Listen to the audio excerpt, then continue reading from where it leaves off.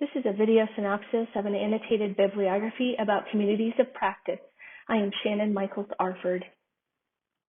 For week 2, I will be presenting a video synopsis of an annotated bibliography titled Evolutions of Wenger's Concept of Community of Practice, and this is from 2009. Communities of practice can be considered social learning environments. Often considered informal, a group of people gather, whether in person or virtually, to discuss common interests. The goal of the communities of practice is that people will gain knowledge and benefit from others' acquired experiences and wealth of knowledge. One benefit considered is that the variance of knowledge and experiences, those considered novices in the area of the common interest, may benefit from others considered experts or masters. Though communities of practice are popular in the realm of business, but have increasingly become more popular in healthcare, networks of healthcare professionals with a common interest often gather in hopes of increasing knowledge and progressing in their careers and professional development. Because these types of organizations vary greatly, different definitions of communities of practice exist. These variances make it difficult to assess their overall benefits to the individual or the group. Both used in education and in the business worlds, the variances of communities of practice in healthcare have been restricted by inconsistencies. The positive effects are hard to evaluate for an organization that varies in definitions and its interpretations.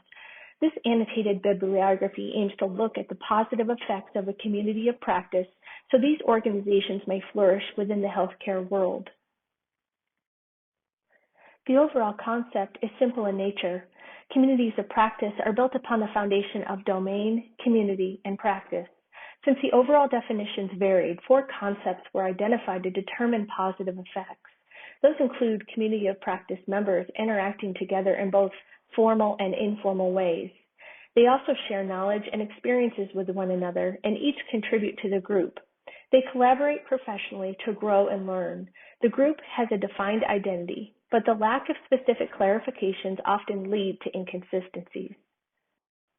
Communities of practice should engage others that focus on social relationships and their interactions.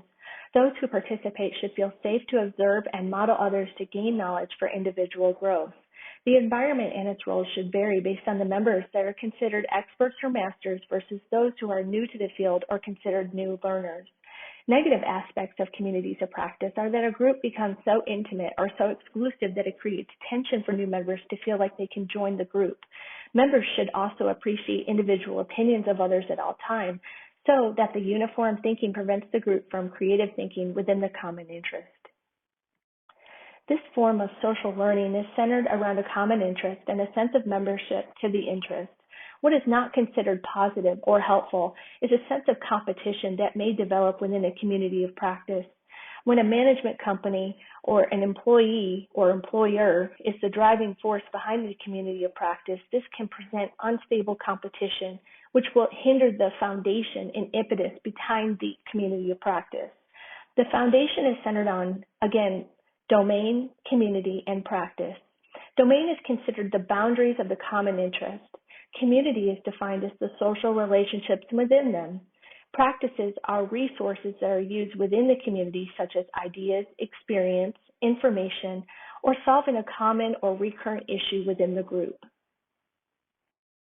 After finishing academics and beginning a professional career, a leveling of information and professional development can seem isolated or limited. Engaging in social gatherings with similar or shared interests can be a way to continue growth and gain knowledge by learning from peers both new to the field and those who are considered experts in the field. Communities of practice are ever evolving, and with the constant change brings varied definitions. The more centered, inclusive, and organized, the more an individual will benefit from this social learning environment. In my own clinical experiences, I rely on my former classmates to share ideas and knowledge. I also rely on nurses and other providers that have more experience than I do within my field. I see communities of practice to be beneficial and another outlet to gain in self-development once my academic journey is finished. Personal achievement is an area that adult learners will always strive for and will always see as an area to conquer.